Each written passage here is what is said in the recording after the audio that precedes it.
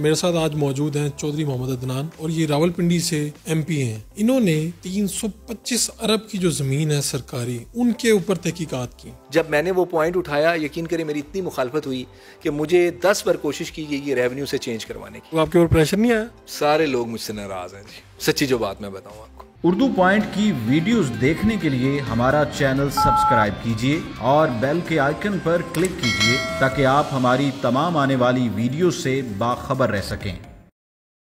अस्सलाम वालेकुम नाजरीन, आप देख रहे हैं उर्दू पॉइंट और मैं हूं फ़रूख उड़ाइच। मेरे साथ आज मौजूद हैं चौधरी मोहम्मद अदनान, जो पार्लिमानी सेक्रेटरी भी हैं सूबाई असम्बली के, और ये रावलपिंडी से एमपी हैं। 325 अरब की जो ज़मीन है सरकारी, उसके ऊपर कौन से कब्ज़ा माफिया जिनका कब्ज़ा है। उसके अलावा जो ये रिंग रोड स्कैंडल्स आप सुन रहे हैं, इसकी हकीकत क्या है वो भी, और ये जो लैंड माफिया ये कितना ताकतवर है, किस तरह से कब्ज़े करते हैं, ये सारी कहानी इन्हीं की ज़ुबानी सुनते हैं। हुआ ये इस तरह था कि जब मैं एमपीए बना, और क्योंकि शुरू से जो सिलसिले थे, मैं लैंड्स रेवेन्यू एक्ट को और जितने ज़मीन के मामलात हैं जिसे आप महकमा माल कहते हैं, इनको मैं समझता था। तो मुझे पार्लिमानी सेक्रेटरी रेवेन्यू बनाया गया, और उसके बाद मेरी प्राइम मिनिस्टर साहब से मुलाकात हुई पीएम ऑफिस में। उसमें आज़म खान साहब थे, आमिर कियानी साहब थे, और कमिश्नर पिंडी थे। तो प्राइम मिनिस्टर साहब को, क्योंकि मैंने इससे पहले 3-4 लेटर्स बड़े डिटेल से लिखे थे कि ये चीज़ें हैं, इसके स्टेट के इंटरेस्ट के लिए एक कदम उठा सकते हैं जिससे बहुत बड़ा रेवेन्यू जनरेट होगा और हमारे जो पिंडी के मेगा प्रोजेक्ट्स हैं उन पे लगेगा, आवाम की बेहतरी के लिए लगेगा। तो प्राइम मिनिस्टर साहब ने मुझे ये टास्क दिया कि आप विदाउट एनी प्रेशर ये काम करो, कि कोई प्रेशर हो तो मुझे बताएं और आप ये काम शुरू करें। और इसमें कमिश्नर साहब को ख़ास हदायत की गई कि आप इस सारे मामलात को देखें। तो यहाँ से सिलसिला स्टार्ट हुआ जी। फिर साकिब ज़फ़र साहब जो हमारे, क्योंकि वो पहले डीसी पिंडी भी रह चुके थे, तो उनको भी बहुत सारी चीज़ों का पता था। तो उन्होंने फिर मुझे बुलाया और हमने मिल के इस पे काम शुरू किया। जब काम शुरू किया तो बहुत सारे लोगों ने तो पहले दिन से ये कहना शुरू कर दिया कि बड़ा मुश्किल टास्क है जी, ये तो हो नहीं सकता। हमने कहा जी क्यों नहीं हो सकता। तो हमने सारा रिकॉर्ड, इवन के 1884 का जो पहला जब रेवेन्यू का ये बंदोबस्त हुआ, सेटलमेंट जिसको हम कहते हैं, उससे हमने पिंडी का रिकॉर्ड निकलवाया। फिर 1905-6, 1956-57 जहाँ सेटलमेंट हुए थे, तो हमें पता चला कि यहाँ पे हज़ारों कनाल ज़मीन जो सरकार की मलकियत थी, बाद में फ्रॉडली आप कह रहे हैं उसको, फ्रॉडेंटली उसको ट्रांसफ़र कर दिया गया। और बहुत सारे ऐसी चीज़ें हुई जिसमें पीछे रिकॉर्ड पे स्टेट लैंड मालिक है, मतलब कि स्टेट की लैंड वो कही जाती है, और लिखा हुआ है सारी जगह। कह रहे हैं कि सरकार की ज़मीन पे काबिज कोई और है, लेकिन रिकॉर्ड में मौजूद है कि ये सरकार की ज़मीन है।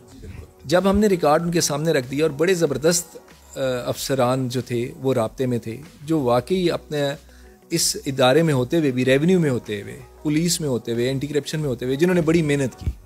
और उस रिकॉर्ड को हमने फिर टैली किया, फिर हमने रिपोर्ट्स करवाई कि ये पहले तो ये बताया जाए कि ये ज़मीनें वाकई सरकार की हैं। तो जब रिकॉर्ड से ये साबित हो गया तो एक तूफ़ान आ गया।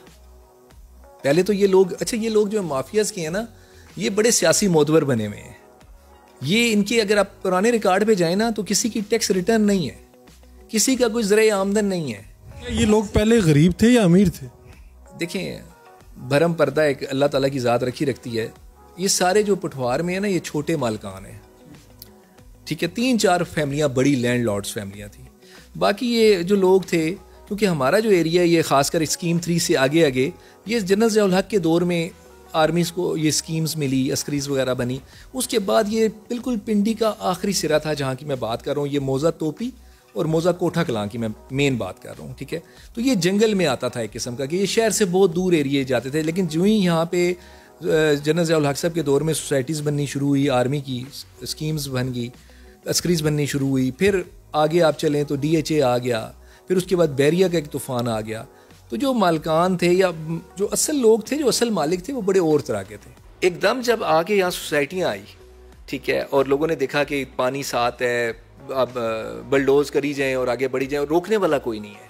ख़ास माफियाज़ के 2-3 ग्रुप्स हैं जिनको आप कह सकते हैं कि उन लोगों ने सियासी लबादा भी ओढ़ा हुआ था, इंतज़ामिया से भी ताल्लुकात अच्छे लगे थे, अपने आप को वो एक जेली लैंड लॉर्ड भी कहते थे। तो इन लोगों ने क्या किया, जो मोज़े मैं आपको बता रहा हूँ, मोज़ा कोठा कलां और मोज़ा तोपी, इनके मालकान ने, जद्दी मालकान जो थे, उनमें से जो दो, सारे नहीं, बाकी अच्छे भी थे लोग, लेकिन 2-3 ऐसे ग्रुप निकले जिन्होंने इनको महकमा माल के साथ मिलकर अपने नाम ट्रांसफ़र करवाया, जो कानूनी तौर पे हो ही नहीं सकती थी, और फिर बड़ी बड़ी सोसाइटियों को और बड़े बड़े लोगों को बेचनी शुरू कर दी ज़मीन।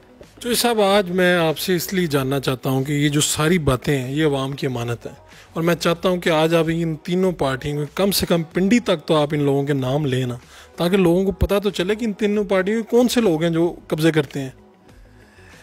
वड़ाइच साहब देखें, मैंने जब ये मामला शुरू किया ना इन लोगों के ख़िलाफ़, तो मुझे नहीं पता था कि ऐसे नाम भी बीच में आ जाएंगे। बहुत सारे लोगों को मैं बड़ा अच्छा और मोतबर समझता था, लेकिन जब वो किताब खुली तो बहुत सारे लोगों ने कहा ये कहाँ आपने खोल दिया चैप्टर, ठीक है। और यकीन करें, मुझे PM साहब ने बुला के कहा कि क्या मामला आते हैं।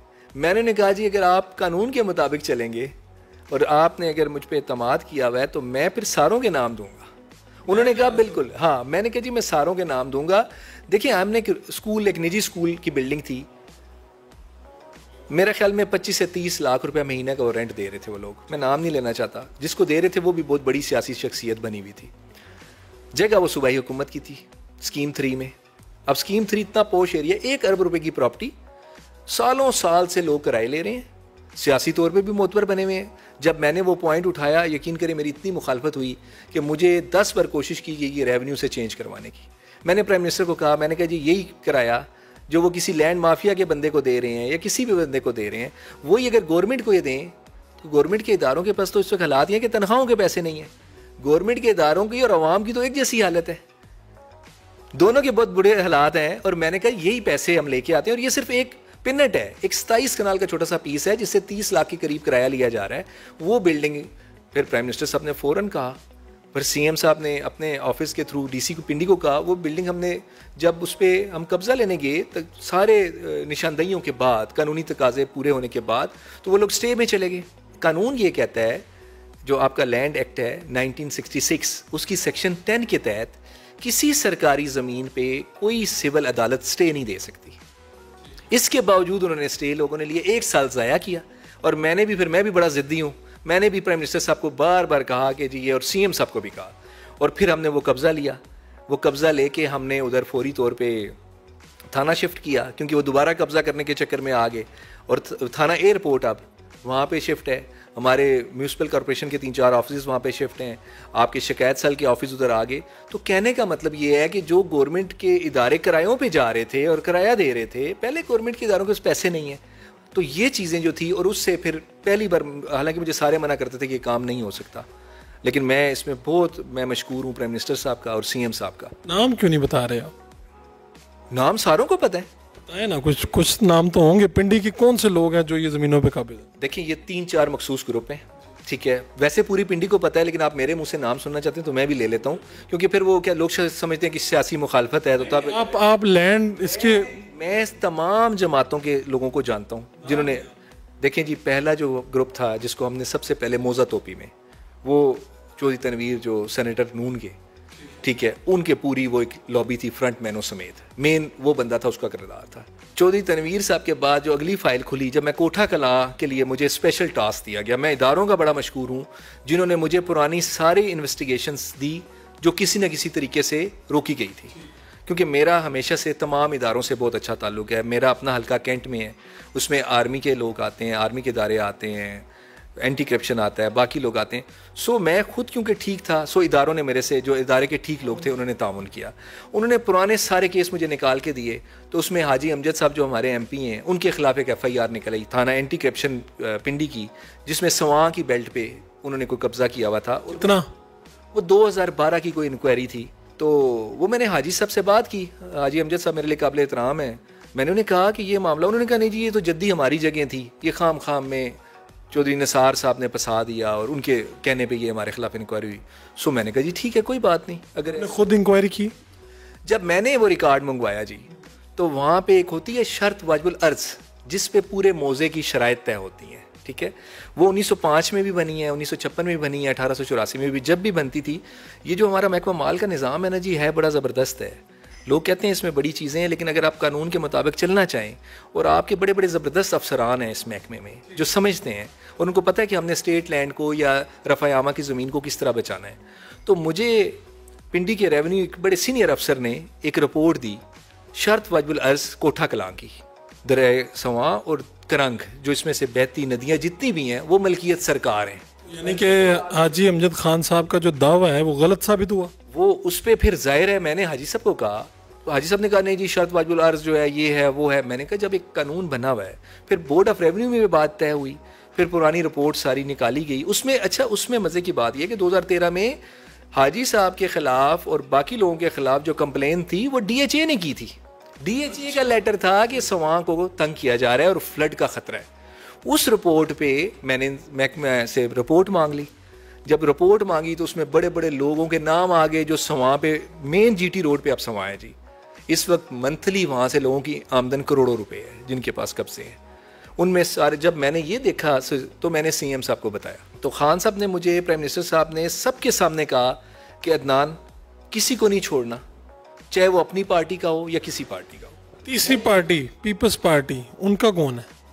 अब पीपल्स पार्टी के हवाले से वो एक ग्रुप है, वो कभी इलेक्शन जीता तो नहीं है लेकिन पीपल्स पार्टी का प्लेटफॉर्म वो इस्तेमाल करता है। वो सारे भाई वकील वगैरह हैं और एक भाई उनका सिविल जज भी है। उन्होंने भी मौजा तोपी में सारे सरकारी रस्तों पे, कुओं पे और सरकारी जितने रास्तों के नंबर थे, इवन के जो नंबर सर्वे ऑफ पाकिस्तान के रिकॉर्ड में MEO के आई, उन पे भी उन्होंने कब्जा किया हुआ था और 30 साल से केस चल रहे थे। और MEO की लैंड जो थी वो कब्रिस्तान के लिए वक्त थी और कब्रिस्तान जो था वो फौजी अफसरों का था स्कीम 3 का। तो आपके ऊपर तो प्रेशर बिल्कुल नहीं आया जब PTI क्या आपने किया? आप कह रहे हैं नून लीग के लोग, पीपल्स पार्टी के लोग, आपके ऊपर प्रेशर नहीं आया? सारे लोग मुझसे नाराज हैं जी, सच्ची जो बात मैं बताऊं आपको, सारे लोग मुझसे नाराज हैं। मैं लोगों ने मेरा बोर्ड लगाने छोड़ दिए, मुझे अपनी तकरीबात में बुलाना छोड़ दिया। तो मैंने कहा या तो ये लोग माफिया से डरते हैं, सियासी लोग हैं, बड़े लोग हैं। कईयों ने तो मुझे ये कहा जी हमारे सियासी लोगों का, मैं उनका नाम नहीं लूँगा, आप मुझे मजबूर ना कीजिएगा, बड़े लोग हैं वो, मतलब जो पिंडी के नाम है, पिंडी के जिनकी जो कहते हैं हमारी पहचान है पिंडी और पिंडी की पहचान हम हैं, उन जैसे लोगों ने भी मुझसे रब्ता ख़त्म कर दिया इस वजह से।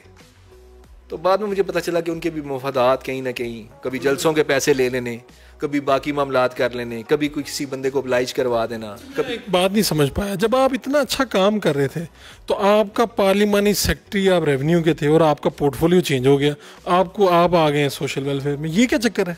मेरे ओहदे का ये हुआ जी कि जब हमारे सेनेट की वोटों का मसला आया ना, तो आपको पता है सेनेट में हमारे साथ थोड़ा सा हो रहा था, तो CM साहब जमाली साहब की दवा पे जा रहे थे, जमाली साहब की फौतगी पे, वज़ीर साहब, हाँ जी, वो नेक आदमी थे और अच्छे आदमी थे। CM साहब जा रहे थे, CM साहब को एक ऐसी बड़ी हस्ती, उसका नाम भी मैं नहीं लूँगा, वो मिल गए जहाज़ में, जो मुझे बात पता चली, और उन्होंने कहा ये पार्लिमानी सेक्रेटरी जो है ना आपका रेवेन्यू का, ये तो सारी पार्टियों के इसने ऐसे खोल दिए केस कि हर बंदे ने ही फ़ायदा उठाया हुआ है, और हमारे बहुत सारे सेनेटर्स जो हैं, ठीक है, और बहुत सारे लोग जो हैं वो बड़े परेशान हैं कि ये बंदा क्या कर रहा है, क्योंकि इमरान खान साहब ने डायरेक्शन कर दी जनरल साहब को सर्वे ऑफ पाकिस्तान के। अब जब सर्वे ऑफ पाकिस्तान डिमार्केशन करता है, ठीक है, तो वो पटवारी तहसीलदार तो फिर कोई आगे पीछे कर देते हैं ना कि यहाँ से यहाँ कर दें, यहाँ वो नहीं कर सकते। मेरा ख्याल है कि CM साहब शरीफ आदमी हैं, उनको बहुत सारी चीज़ों में ये हुआ कि शायद ऊपर लेवल पे कोई सेनेट के इलेक्शन में कोई ऐसा मामला ना हो जाए, गड़बड़ ना हो जाए। ज़रा मुख्तसर करना चाह रहा हूँ, इसे बात ख़त्म करना चाह रहा हूँ। रिंग रोड स्कैंडल, इसकी बड़ी बातें सुनी हमने, वज़ीर आज़म साहब ने नोटिस ले लिए, वो आप ज़मीनों के मामला बड़े समझते हैं, ये स्कैंडल है क्या? अगर इसे मुख्तसर बता सकें आप। आपको मैं मुख्तसर बताऊं, जो चीज़ें मैंने आपसे इससे पहले डिस्कस की हैं ना, ये लोग जो पटवारियों के बस्ते उठाने वाले थे, इन 2 दहाइयों में हुए अरबपति। तरीका वारदात वही था कि सरकारी की ज़मीनें भी बेचो, रफ़ायाम भी बेचो और गरीब मालकों को भी दबा के रखो, जद्दी मालकों को, ठीक है। वही लोग अगले 30 मौज़ों में उन्होंने ख़रीदारी की, इतना उनके पास पैसा आया, क्योंकि रिंग रोड मनसूबा तो बहुत पुराना है। वो जो मौज़ों में ख़रीदारियाँ हुई, ये सारे इन्हीं के लोगों ने की, इन्हीं के फ्रंटमैन्स ने की, इन्हीं के भतीजे भांजों ने की, इन्हीं के लोगों ने करके वही एक माफिया चल रहा है। और बाहर से जो परदेसी लोग बेचारे पैसे उठा के आए पिंडी में, उनके लिए बहुत बड़े लैंडलॉर्ड्स बन चुके थे उस वक्त। क्योंकि आप किसी बाहर से आए तो आप तो यही समझेंगे कि जिसके इनके साथ 6 क्रूजरें चल रही हों, 20 गनमैन चल रहे हों, तो बंदा वैसे ही मुतासर हो जाता है कि हमारे लोग मुतासर भी बड़ी जल्दी होते हैं ना। चौधरी निसार साहब थे जिन्होंने अपने दौर में माफियाज को रोका। और आपकी मुखालिफ पार्टी है और आप उनकी तारीफ कर रहे हैं। मैं तारीफ जो कर रहा हूँ, मुखालिफ भी अगर सही काम करे ना तो उसकी तारीफ करनी चाहिए वराइट साहब। दूसरी बात है कि हाँ उन्होंने रोका, लेकिन बदकिस्मती से उनकी अपनी जो उनकी टीम थी उसमें 2-4 ऐसे लोग थे, सारे नहीं, बड़े बड़े ईमानदार लोग भी उनके साथ थे, लेकिन उनकी टीम में ऐसे लोग थे जो रेवेन्यू में भी इन्वॉल्व थे और 2000 रुपये पर कनाल में भी इन्वॉल्व थे। और पीटीआई में बहुत सारे ऐसे लोग हैं, इमरान खान के जो वीएन पे लोग आए हैं ना, वो कानून की बालादस्ती के लिए आए हैं। उनको अल्लाह ने वसाइल दिए, ठीक है, लेकिन वो इसलिए नहीं वसाइल हुए कि गरीब को दबा लो, गरीब की ज़मीनों पे कब्जा कर लो। अल्लाह ने वसाइल, मुझ जैसे बंदे को भी अल्लाह ने अगर वसाइल दिए ना तो शायद इस माफिया से मुकाबला करने के लिए दिए। आप करेंगे मुकाबला? इंशाल्लाह जी मैं करूँगा। मैं एमपीए ना भी रहूँ, मैं पोर्टफोलियो मेरा कुछ भी ना रहे, 100 मामलात हैं ज़िंदगी के, लेकिन मुझे ये पता है कि आप एज ए शहरी भी चाहें ना तो काम कर सकते हैं।